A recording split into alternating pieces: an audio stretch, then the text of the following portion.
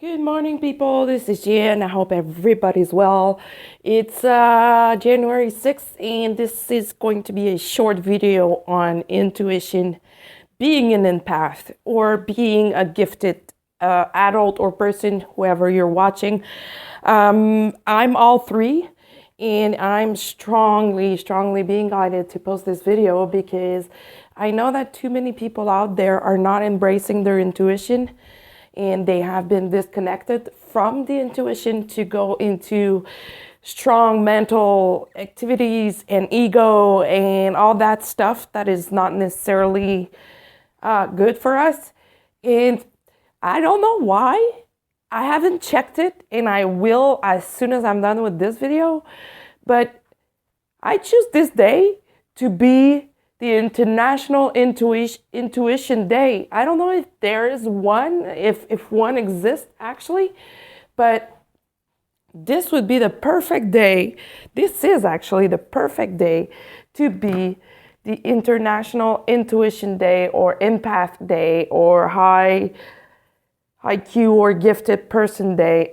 Intuition Day. I'm just gonna Google it just to imagine how funny that would be if it was today. And trust me, I have no idea.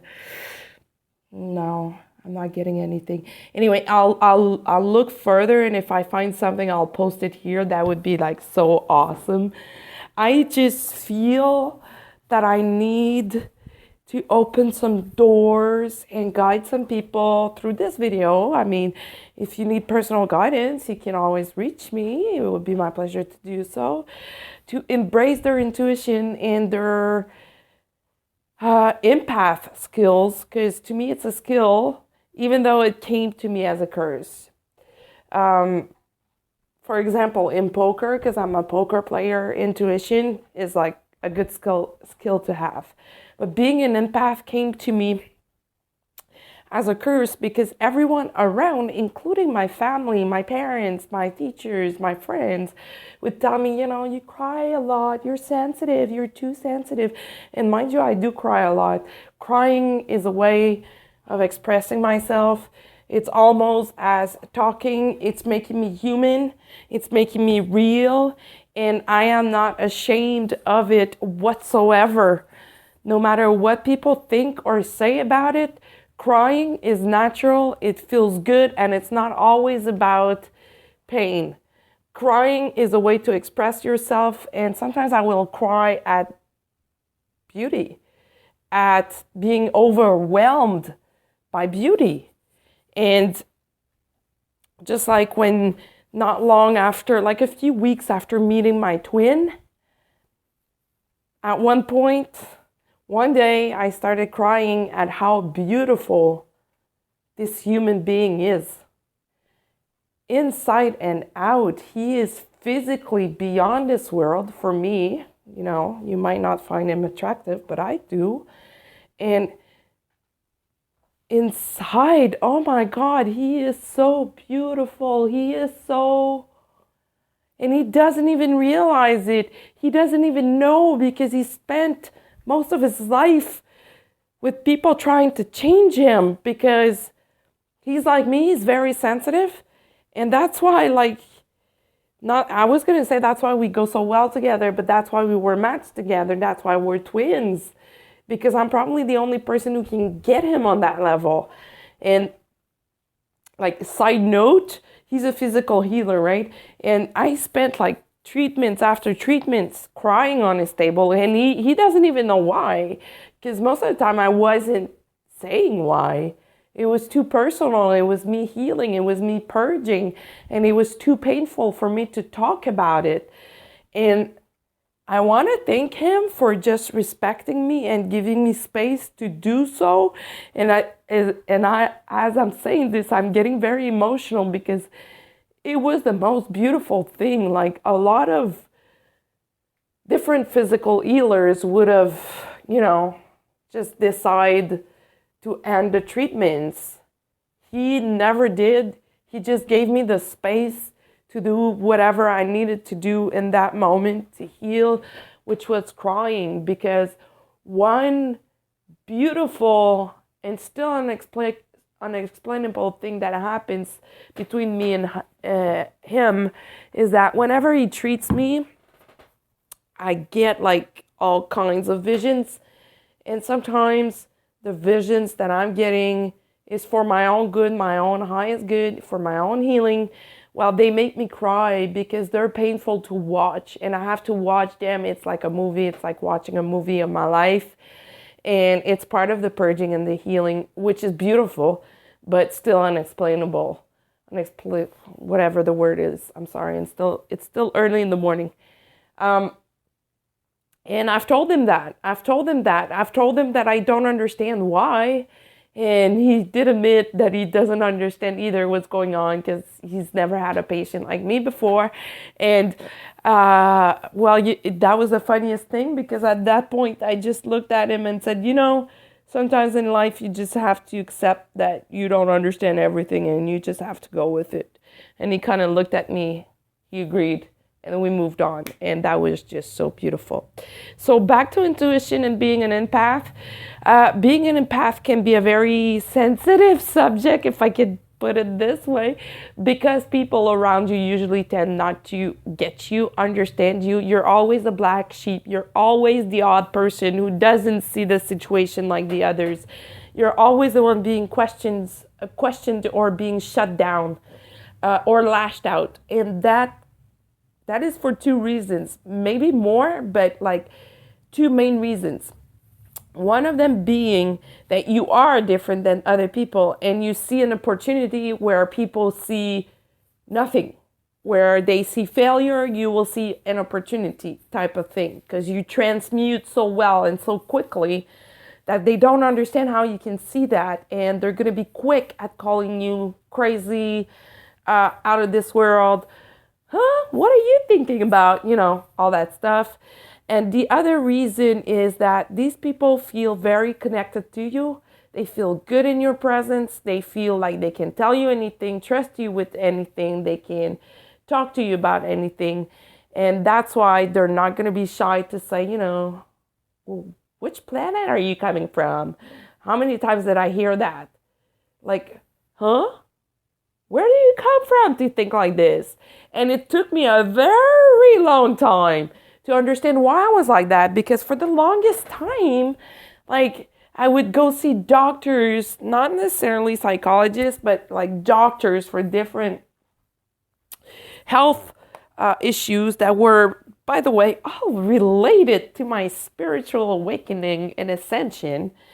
And they would tell me, oh, it's not normal to be that sensitive. You should be on meds. And I never took meds. Like I never wanted to take meds because I did try them at one point in my life and it cut me off from my intuition, my feelings, my emotions, and being an empath. It basically made me into someone else who's not an empath. And that wasn't good for me. That's not what I wanted for myself. And it made me feel cut off from myself. And that's a message I want to bring today, hoping that one day we will have an International Intuition Day. So for all of you out there listening, watching this video, if you agree with it, please comment and we will make one. We will declare January 6th to be International Intuition Day. How awesome would that be? Anyways, back to doctors. With all those indigos, which I am, which is only like a title, doesn't mean much. It just means that we're different. With all those rainbows and crystals and so on, other people that will come after. Intuition is a huge thing. We are born with our intuition as a sense, just like our sight, our hearing, our sense of smell. It's just part of us, part of who we are, part of our toolbox, part of something, excuse me, something that we use on a daily basis, but we're not even aware that not everyone is like that. In my case, that's how it went. As a kid, I would use my intuition all the time, even in exams at school, and I would get like crazy grades. I didn't know that I was using my intuition when I was doing that. I didn't know that I was standing purely in my heart and never in my ego, until some people started talking about it in my adult life and started pushing me to be more in my head, which I didn't agree with, but at one point I had no choice to do it. And I'm glad I experimented, but I chose to come back in my heart, and because that's who I am, that's how everybody should be. And I thought that that's what it was. I thought that that's what life was all about, was being in your head. I thought that being an adult meant being in your head.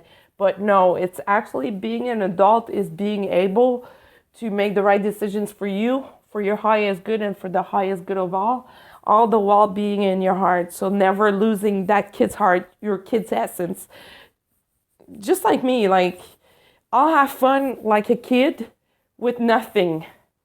And that's what makes life beautiful. And yeah, so intuition, most people are born with it. Some people don't even know how to get in touch with it. And that would be like a different story, because it could be complicated if you're depending on how strong your ego is. And about being an empath, I've been reading books on that and books on gifted people with high IQs. And to me, that's the future. To me, it's science meeting spirituality. It's science explaining what spirituality is on this level. It's just the way the brain is made. It is a gift. It is a divine gift and ability, but it's also how your brain is made. For gifted people, the brain works at 2 to 3 times faster, like the speed of a thought is 2 or 3 times faster than the average person. And the brain has a lot more synapses. I hope that's the right word. I'm sorry if it's not. So the connections are made a lot faster. So that's how some people can be misdiagnosed with ADD instead of being gifted. And that's, to me, alarming and extremely dangerous, because if a young person, and I know someone in my surrounding and I'm trying to bring him as much support as I can, but unfortunately his parents are totally asleep and they won't listen, but we'll see how that goes. He has been diagnosed with ADD, which he doesn't have at all. He's a gifted young person. He's 13 years old, highly gifted, but nobody's seeing it aside of me. So to me, this is how I explain it. Being an empath is that you have more synapses in your brain. The connections in your brain and in your entire body are faster than the average people. So you think faster, you see faster, you smell faster, you hear faster. So that's how you get to feel other people's emotions, right? That's how it is for me. That's how I can be clairvoyant as well. Let's say I'm looking for something, no matter if it's a lost object in my house or something at a store. I'll just stop, concentrate or regroup or focus within me. I go within, I touch my head and I go, show me where it is. And then I just feel it. It shows me exactly where it is. So I go there and boom, it's there. So is that magic? No, it's just the brain, how the brain is made, how the brain can work. And this is where humanity is heading. So I'm hoping I'm going to live old enough to see people using their abilities like that more and more, because I feel we're just starting to, even though we have a long way done already, I feel we're just starting to. And so many people are like, oh, I wish I was like that. Yeah, okay. But, you can work on it and try to develop it. And for those of us who were born with it, well, in my case, like I said earlier, it came to me as a curse, because it was so different than other people that they wouldn't accept me, especially at work in my adult life. I would be confronted with people that were so limited that they would try to put me down, shut me off, lash out at me saying it's impossible. How do you know this? How come you see this? And jealousy, they would attack me. And it took me a while to understand that it's because I was so different. Because to me, I thought everybody was like that. And I was like, why are they so mean to me? It's because I'm different. I'm different. I see stuff that people don't see. I feel stuff that people don't feel. And I hear stuff. That's what being an empath is. So what we need to do, if you have a hard time with it, you need to transmute it into positive. Learn to channel this energy into something positive. So, and again, all related to self-mastery. That's how it goes. Like, identify how you work and then channel the energy in a different way, and all should be good. So that will be it for now. And that was a message for now, but I know there are more coming today or in the following days. So I will be back shortly. Blessings. Ciao, ciao.